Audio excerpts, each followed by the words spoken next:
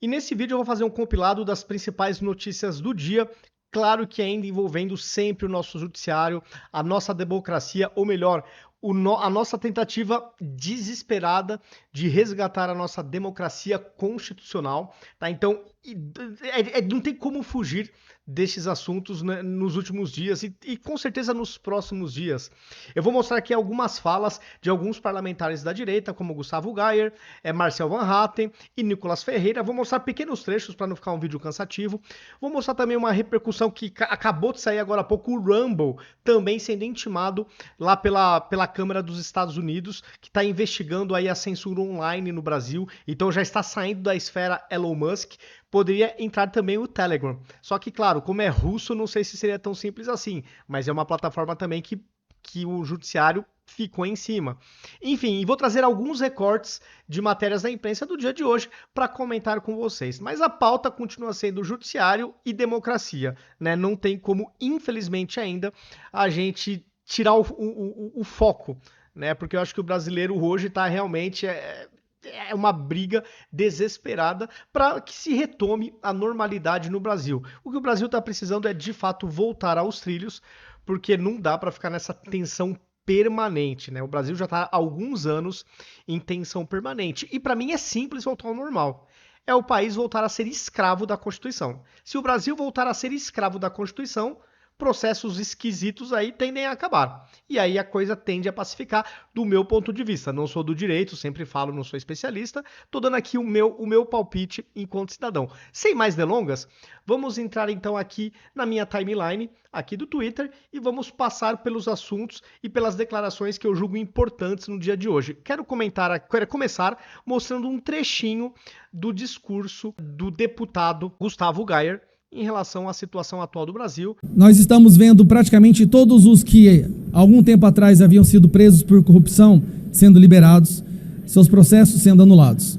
Os líderes das facções criminosas estão sendo liberados e os seus bens que haviam sido apreendidos estão sendo devolvidos, assim como todo o dinheiro que foi apreendido pela corrupção, pelo tráfico de drogas está sendo devolvido. Nós estamos vendo as mesmas empresas que participaram dos esquemas de corrupção que destruíram a economia brasileira voltando a receber dinheiro público e voltando a fechar contratos com o governo. Exato. Aí eu pergunto para os meus colegas que estão aqui do meu lado. Nós estamos aqui hoje em uma coletiva de imprensa para falar sobre inquéritos ilegais, inquéritos sigilosos que atingem a cada um de nós. Eu pergunto: alguém aqui responde algum inquérito por corrupção? Levante a mão, por favor. Alguém que está aqui responde algum inquérito por tráfico?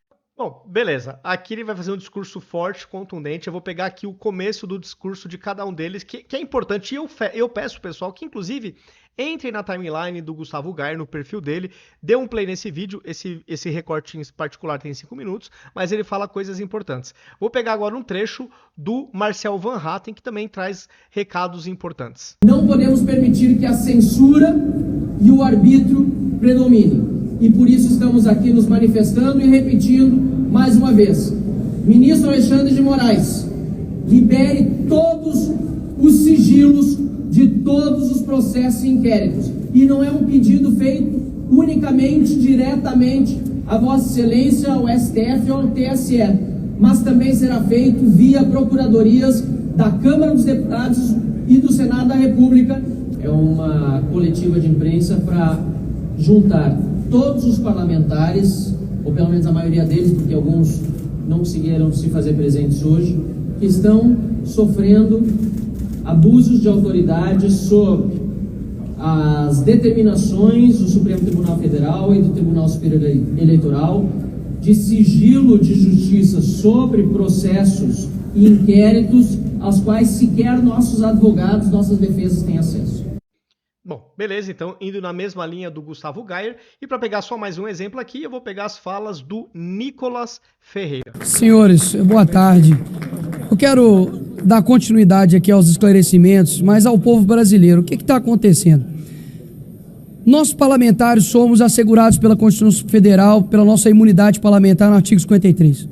E nós temos o ex-líder da oposição tendo busca e apreensão na sua casa por uma foto adulterada.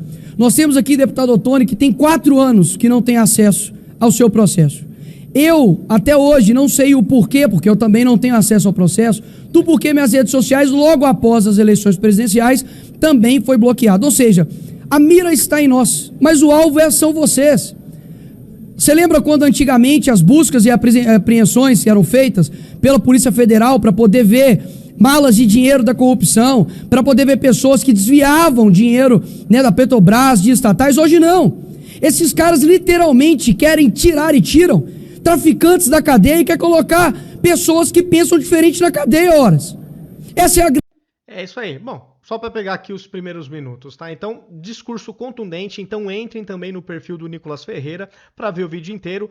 Cada deputado pôs lá um corte de aproximadamente 5 minutos, mas eu acho que são falas contundentes e infelizmente, tá? Eu concordo. Eu queria muito achar que era um exagero deles, mas infelizmente não é. Bom, próximo assunto fresquinho. O Rumble também foi intimado pelo Comitê Judiciário da Câmara dos Estados Unidos como parte de uma investigação sobre os esforços para censurar o discurso online, censurar o discurso online no Brasil. Cumpriremos a intimação que solicita informações sobre ordens do Supremo Tribunal Federal. Então isso aqui foi um tweet, agora há pouco, tá, do Rumble. Então ele também foi intimado a participar desse processo que investiga censuras no Brasil. O Telegram seria também uma plataforma importante de ser chamada, mas como ela é da Rússia, aí já não sei se seria uma coisa tão simples assim, né? Mas você viu que a coisa está escalando. Não está ficando apenas no Elon Musk, né? Então, aí, as investigações estão buscando outras plataformas que também tiveram demandas do STF para derrubar perfis. Será que as plataformas do Google e da Meta vão também colaborar com essas investigações? Ou pelo menos será que eles serão intimados, né? É uma pergunta que fica, porque eles também foram demandados judicialmente. Outra matéria. Cúpula do Judiciário e ministros de Lula participam de evento em Londres. O primeiro Fórum Jurídico de Ideias começa nesta quarta-feira, 24, e termina na sexta-feira, 26. E eu coloquei aqui o seguinte: de acordo com a matéria, do lado do STF estarão os ministros Gilmar Mendes, Moraes e Toffoli. E eu me pergunto, será que eles explicarão as últimas atuações do STF? Seria importante colocar em debate, por exemplo, os processos abertos de ofício ou o fato de poder existir um magistrado que atue como vítima, acusador, investigador e juiz. Tenho a impressão que estes sejam exemplos inéditos no mundo democrático. O Brasil tem muito a ensinar, em termos de inovação, às demais Supremas Cortes do mundo. É claro que aqui tem uma pitada de ironia. É uma oportunidade ímpar de mostrarmos a nossa pujança democrática e o respeito incondicional às leis e à Constituição. Será, né? Aqui eu tô aqui sendo bem irônico, infelizmente, tá? Infelizmente, eu não queria ter esse sentimento em relação a uma instituição tão importante assim. Aqui eu respondi a uma publicação da Mônica Bergamo, que fala o seguinte: exemplo de democracia, ironizando, e fala o seguinte: Google demite mais 20 funcionários por participação em protesto contra projeto para Israel. E aqui eu coloquei o seguinte: você está comparando uma empresa com um Estado? Empresas podem prender, podem condenar, impor multas, bloquear contas, bloquear passaportes. Entendeu a diferença? Então, não dá. Censura quando parte do Estado é incomparável com censura que parte de uma empresa. Porque uma empresa você pode entrar na justiça para tentar recorrer à decisão da empresa. Agora, quando é o Estado fazendo isso, e ainda mais a última instância do judiciário, a gente não tem para quem recorrer. Então, assim, sabe, um comentário aqui super, na minha opinião, super equivocado da jornalista. Mudando de assunto, acusado pela ex-filho de Lula, já fez post homofóbico. E aqui tem né, monte de... E aqui tem a palavrinha aqui que eu vou evitar falar por questão dos algoritmos não derrubarem o vídeo.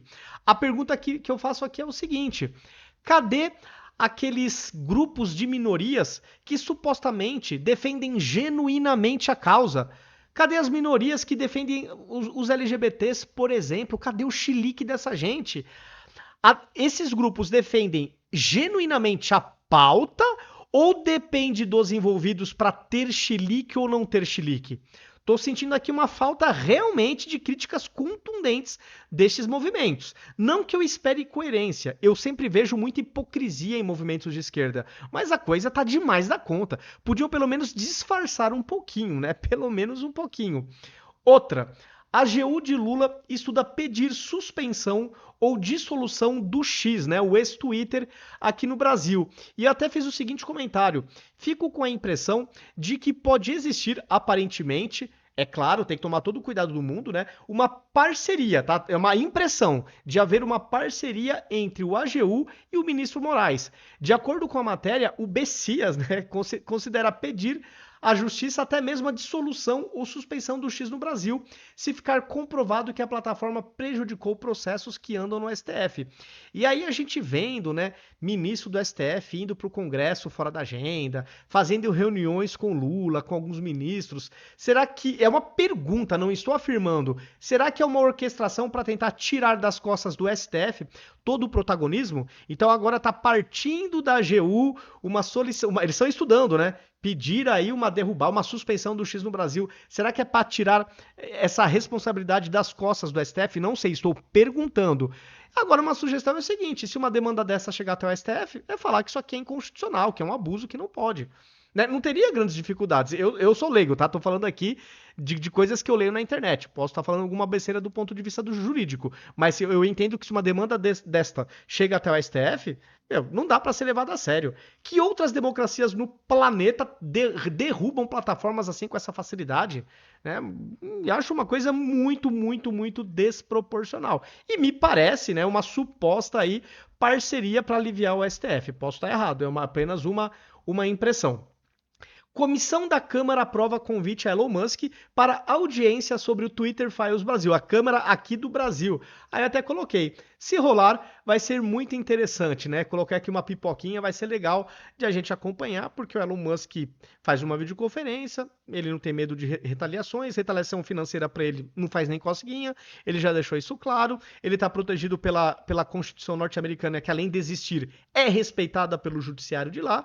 Então, se ele tiver coisas a revelar a mais, certamente ele o fará, né? O Elon Musk. Então, vai ser interessante se realmente isto acontecer. Outra, ato no Rio comprova, Bolsonaro é o único político que consegue reunir povo. E aí eu fiz aqui o seguinte comentário, concordando, tá? Eu falei o seguinte: eu nunca vi um presidente, após o regime militar, juntar 5% do que Bolsonaro coloca gratuitamente e organicamente nas ruas. Basta uma simples convocação e a mágica acontece. No caso, o formigueiro humano no local que o Bolsonaro determinar. Neste período, né, depois do regime militar, nós tivemos José Sarney, Collor, Itamar, FHC, Lula, Dilma, Temer e o próprio Bolsonaro. Nenhum deles, se juntar todos, colocaram o que o Bolsonaro coloca aí em qualquer lugar do Brasil. Do Brasil. Isso vai de encontro também com aquela pesquisa do IPEC, o antigo IBOP, onde mostrou que o brasileiro se autodeclara majoritariamente de direita, 41%. Se eu não me engano, 22% ou 26% se declaram de centro e míseros 18% se declaram de esquerda, não chega nem a 20%. Faz sentido, a esquerda não tem apelo popular porque o povo não se considera, não se enxerga como sendo de esquerda. Então isso explica o porquê realmente é sofrível para a esquerda encher uma quadra. Isso, realmente, essa pesquisa, ela é corroborada pelos fatos. Outra, aqui só para tirar um sarrinho da Globo, né? Celso Portiolli vence Globo e supera a audiência de Luciano Huck. Domingo Legal superou o Ibope do Domingão com Huck e deixou o SBT em primeiro lugar na audiência. E é que eu coloquei um comentário para tirar aquele sarro da Globo, né? Olha a minha cara de tristeza. Uma cara sorrindo, uma com óculos sorrindo e outra, né, fazendo festa. Essa é a minha cara de preocupação. Nossa, fico muito triste quando eu vejo que a Globo não para de se lascar, porque ela fez muito por merecer, muito mesmo, na minha humilde opinião. E aqui uma excrescência, galera. Eleições na Venezuela. Maduro aparece 13 vezes em cédula. Documento foi apresentado na segunda-feira. Por quê? O ditador falou que ele aparece várias vezes porque são os partidos que o apoiam. Então, em cada um desses apoios tem lá uma fotinho do Maduro.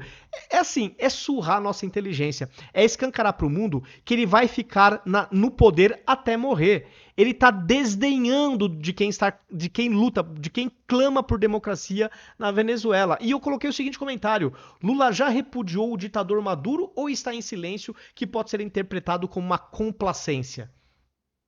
Até onde eu sei, continua em silêncio, né, galera? É claro, é amigão. E ele não tem o menor constrangimento em deixar isto evidenciado. E para fechar, pessoal, eu vou ler um tweet extenso, mas lendo é rápido, do Hélio Beltrão, que infelizmente eu concordo com tudo que ele colocou aqui. Tristemente, tá? Eu não queria concordar com esse texto, mas eu lendo, eu enxergo o país que ele está descrevendo aqui. Como eu queria estar errado, como eu não queria ter esse sentimento. Vamos lá. Hélio Beltrão. Bem-vindos a Cuba. Os brasileiros estão agora oficialmente vivendo em uma intranet fechada. Não são mais participantes da internet que os demais 5 bilhões de terráqueos conectados acessam. Este dia não será mera nota de rodapé na história. Desgraçadamente, o ministro do STF, Alexandre de Moraes, baniu Spaces. Spaces é onde o pessoal no Twitter pode se juntar em grupos, né, milhares de pessoas, e conversar por voz. Ontem ocorreu um Spaces em inglês, iniciado por Mário Nafal, com 600 mil participantes, mais de 500 mil, mas nenhum brasileiro pôde acessar. Eu tive esse problema. A gente até acessava, só que não tinha áudio. A gente não conseguia ouvir. Eles estavam repercutindo, tá, uma sala internacional falando do Brasil, só que não tinha áudio. E todo mundo no Brasil reclamando, pô, tô aqui, não tô tendo áudio. Mas quem tava fora conseguiu ouvir. Então é isso que ele tá falando. A censura mudou de fase. Passou de envergonhada a escancarada. Antes envergonhada, como revelado pelo Twitter Files Brasil. De 2019 até agora, centenas de brasileiros foram banidos das redes sociais sem o devido processo legal. Houve ordem de sigilo. As redes não podiam revelar nem aos brasileiros, nem aos censurados que estavam silenciosamente banindo perfis e posts sob ordens. Julgaram que não cairia bem o porrete da censura revelado assim. Melhor seria ocultar o cacete em público com vergonha juvenil. Na ditadura militar, como apontou Hélio Gaspari, os censores ao menos eram transparentes. Nenhuma referência contra ou a favor de Dom Helder Câmara, lembrou Gaspari. Então aqui é que na época do regime militar, eles eram claros no que podia e no que não podia. Então ainda que deplorável a censura, mas a regra do jogo era transparente, era clara. Olha a diferença. Superou-se a ditadura militar. Certamente alguns distraídos dirão que foi o X que bloqueou. Errado. Há agora a ordem expressa de que todos os brasileiros estão impedidos de ouvir estas lives, se presente estiver algum dos censurados. O X, portanto, bloqueia por ordem de Alexandre, que impõe multas milionárias e ameaça o X de banimento no Brasil. A Anatel foi instrumentalizada como carrasco, mor da censura. É a Anatel, mesmo sem possuir tal atribuição, que põe a cerca elétrica em torno do território brasileiro e nos torna uma intranet, uma prisão digital por meio da coerção aos provedores. E bloquear sinal de celular nos presídios é tão difícil, né? Mas a partir de hoje, a censura é escancarada. Estrangeiros em um Spaces ontem demoraram muito a acreditar que os brasileiros não estavam ouvindo a live por conta da ordem de Alexandre de Moraes, exceto via VPN. Artigo 5º. Nenhuma pena passará da pessoa do condenado. E é o que parece que está acontecendo. Houve um crime explícito contra centenas de milhares de brasileiros na noite de ontem. É agora escancarado. A censura se estende a todos os brasileiros. Não se pode mais conversar ou ouvir os censurados, mesmo que morem no exterior há 10 anos, como Rodrigo Constantino. É a censura por tabela. Multam e ameaçam fechar a rodovia porque ali passou um carro a 180 km por hora, acima do limite de velocidade. Será que vão derrubar um programa de televisão se o entrevistado for um censurado falando do exterior? Faz a pergunta. Mais grave ainda, o arbítrio é seletivo, denotando perseguição inconstitucional. Por que digo isso? Pois a justificativa encontrada para estes banimentos foi considerada criminosas, palavras escritas ou faladas em redes sociais. Ocorre que centenas de milhares de brasileiros exprimem as mesmas palavras todos os dias, em redes e fora delas, mas não foram e não são banidos ainda. As ordens não apenas são ilegais, como corretamente muitos têm apontado, são também aplicadas seletivamente em uma violação explícita do Estado de Direito, do direito internacional e de tratados aos quais o Brasil é vinculado. pois puniram exemplarmente e deliberadamente algumas vozes relevantes, justamente para provocar a espiral do silêncio e o resfriamento do debate público. Punem também seletivamente o X, por vingança a Elon Musk, pois os censurados podem aparecer em lives no YouTube sem problema, como, por exemplo, a presença de Constantino no excelente programa 4x4. Mas não duvido que os algozes irão atrás desta brecha, apenas para não caírem em contradição. Afinal, agora que escancarou. Então aqui um tweet que eu infelizmente concordo, eu enxergo a realidade que ele descreve, eu também enxergo e é triste, pessoal, é lamentável. Tweet então do Hélio Beltrão. E aqui eu encerro o vídeo de hoje, trazendo essas repercussões que eu julgo importantes compartilharem com vocês no dia de hoje. Se vocês gostaram do conteúdo, do vídeo, compartilhem nas suas redes sociais, nos seus grupos de WhatsApp para a gente também sair da bolha. Eu sempre peço para deixarem um like e também algum comentário para que o algoritmo comece a entender que você gosta do meu conteúdo e nas próximas publicações aparecer na sua timeline. Muita gente tem criticado, tem colocado nos comentários que o meu conteúdo não aparece mais, mas é porque os algoritmos têm esse comportamento. Eles precisam que você explicite que gostou. Então deixa o like, deixa um comentário que os próximos conteúdos vão sim aparecer na sua timeline. Beleza, pessoal? Então é isso. Até o próximo vídeo.